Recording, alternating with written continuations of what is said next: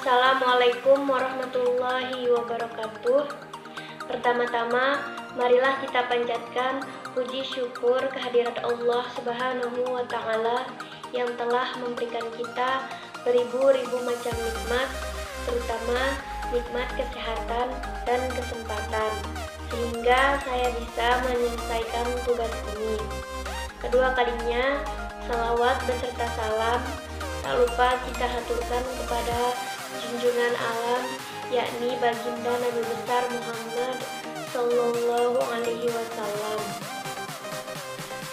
Bapak dosen etika profesi yang saya hormati, Bapak dosen Zainul Arifin MPD. Pada kesempatan kali ini, saya akan menyampaikan materi presentasi. Namun, sebelum itu, saya akan memperkenalkan diri saya. Nama saya Fatimatul Zahra, Prodi Teknik Informatika, semester 4A. Ya udah teman-teman, kita mulai saja. Etika dalam bekerja.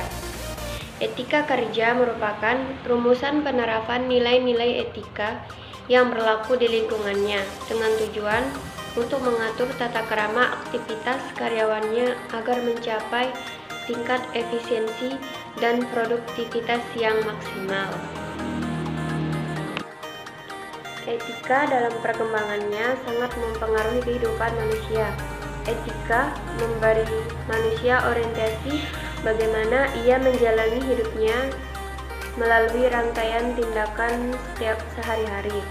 Itu berarti etika membantu manusia untuk mengambil sikap dan bertindak secara tepat dalam menjalani hidup.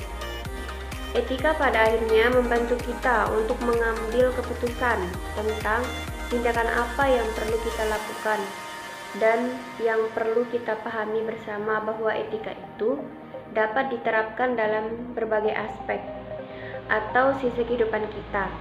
Dengan demikian, etika ini dapat dibagi menjadi beberapa bagian sesuai dengan aspek atau sisi kehidupan manusianya. Pada dasarnya, etika apabila diartikan intinya sama saja itu hal yang berkaitan dengan perilaku baik dan benar dalam kehidupan manusia. Misalnya, etika dalam perusahaan menyangkut hubungan perusahaan dan karyawannya sebagai satu kesatuan dalam lingkungannya. Etika kerja menyangkut hubungan kerja antara perusahaan dan karyawannya, dan etika perorangan mengatur hubungan antar karyawannya. Dengan menggunakan etika bisnis sebagai dasar berperilaku dalam bekerja, baik digunakan oleh manajemen maupun oleh semua anggota organisasi, maka perusahaan akan mempunyai sumber daya manusia yang berkualitas. Sumber daya manusia yang berkualitas adalah yang memiliki kesehatan moral dan mental, mempunyai semangat dalam meningkatkan kualitas kerja di segala bidang, mampu beradaptasi dan memiliki kreativitas tinggi, ulet dan pantang menyerah, serta berorientasi dan memiliki misalnya pada produktivitas kerja. Slide yang kedua itu kerja bukan sekedar memproduksi barang. Pekerjaan produksi adalah transformasi atau pengubahan faktor produksi menjadi barang produksi atau suatu proses di mana masukan diubah menjadi keluaran. Tujuan produksi adalah untuk memenuhi kebutuhan dalam rangka mencapai kemakmuran masyarakat. Di sini, produksi diartikan sebagai suatu kegiatan menghasilkan barang. Pengertian tersebut merupakan pengertian yang masih sempit sifatnya. Kita ambil contoh. Untuk membuat sepeda, kita memerlukan pipa besi. Sedangkan membuat besi diperlukan biji besi yang terdapat dalam tanah. Dengan demikian pula untuk membuat pakaian, rumah, obat-obatan, makanan, dan lain-lain yang kita pakai sehari-hari. Jadi, produksi bukanlah sekedar kegiatan menghasilkan benda atau jasa, tetapi dalam arti luas pengertian produksi mencakup semua usaha dan kegiatan manusia untuk menambah kegunaan suatu barang atau menciptakan barang baru. Orang atau jasa kelompok orang, badan-badan, dan perusahaan yang menghasilkan barang dan jasa disebut dengan produsen, sedangkan orang-orang kelompok orang dan badan-badan yang memanfaatkan guna barang disebut konsumen. Selanjutnya, kegiatan produksi dalam ilmu ekonomi diartikan sebagai kegiatan memanfaatkan baik di masa kini maupun di masa akan datang. Dengan pengertian yang luas tersebut, kita memahami bahwa kegiatan produksi tidak terlepas dari keseharian manusia. Meskipun demikian, pembahasan produksi dalam ilmu ekonomi senantiasa memaksimalisasi keuntungan sebagai motif utama. Meskipun sangat banyak kegiatan produktif atas dasar definisi di atas yang memiliki motif lain dari hanya sekedar memaksimalkan keuntungan. Selanjutnya, faktor produksi. Yang pertama, faktor produksi alam atau sumber daya alam. Yang kedua, faktor produksi manusia. Yang ketiga, faktor produksi modal. Yang keempat, faktor produksi kegiatan perusahaan. Untuk menghasilkan barang-barang dan jasa, kita memerlukan sinar matahari, udara, air, dan tanah, dan apa yang terkandung di dalamnya, serta sumber daya manusia dan faktor-faktor lain yang biasa disebut sebagai faktor-faktor produksi atau para ahli ekonomi mengatakan sebagai sumber daya manusia.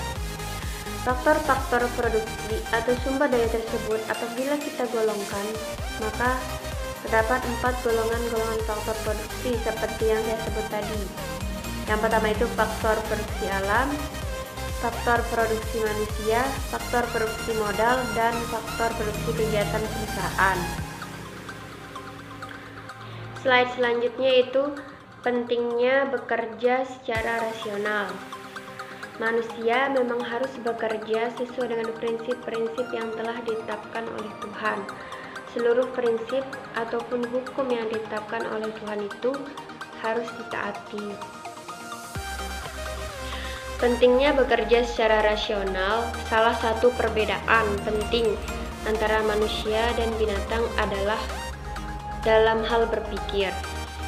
Sekalipun binatang mempunyai otak, tetapi binatang tidak bisa berpikir. Binatang tidak mempunyai kapasitas untuk memahami ciptaan. Binatang tidak mempunyai kemampuan untuk memikirkan prinsip-prinsip yang mengatur alam. Tetapi manusia mempunyai kapasitas untuk itu. Manusia itu mampu memikirkan dirinya dan alam sekitarnya, bahkan mampu mengenal Sang Pencipta. Di sini, manusia memang harus bekerja sesuai dengan prinsip-prinsip yang telah ditetapkan oleh Tuhan. Seluruh prinsip ataupun hukum yang ditetapkan oleh Tuhan harus ditaati, baik itu hukum yang terkandung dalam alam maupun yang diberikan oleh Tuhan Yang Maha Esa kepada manusia. Bekerja dengan mentaati hukum-hukum yang telah ditetapkan, inilah salah satu makna dari bekerja secara rasional. Hukum-hukum alam dihormati dan diikuti, prinsip-prinsip tidak diabaikan. Apakah itu di bidang fisika, kimia, biologi, matematika, dan kedokteran, dan lain-lainnya.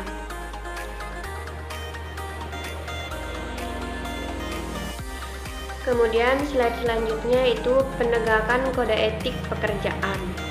Penegakan kode etik merupakan suatu upaya untuk melaksanakan kode etik sesuai dengan semestinya, yang dalam hal ini jika terjadi pelanggaran kode etik itu maka akan dilakukan untuk memulihkan kode etik itu agar tegak kembali.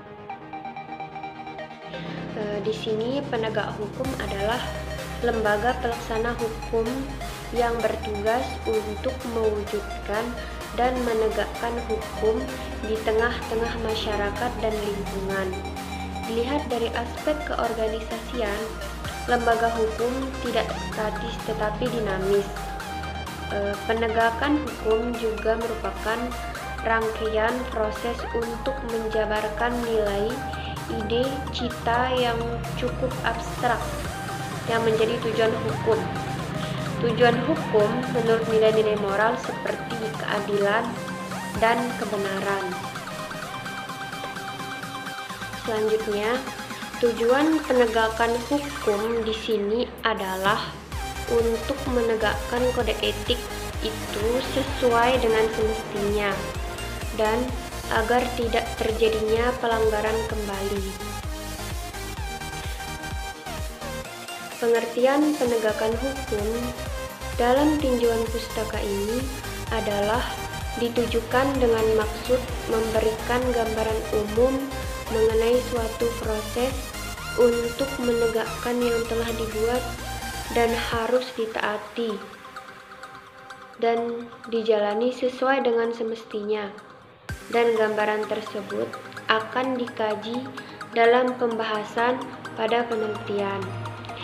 Dan kita perlu mengetahui dari pengertian penegakan selanjutnya di sini upaya-upaya yang telah dilakukan informan dalam penegakan kode etik antara lain adalah yang pertama, meningkatkan religiusitas, yang kedua, meningkatkan kompetensi dengan mengikuti pelatihan, yang ketiga, membangun keteladanan, yang keempat, mendesain sistem, yang kelima, menciptakan kultur etik. Menegakkan kode etik profesi itu tidaklah mudah, karena penyimpangan kode etik masih terus terjadi. Oleh karena itu, upaya-upaya tersebut perlu dilakukan secara kontinu dan akuntan publik harus melakukannya dengan penuh kesadaran.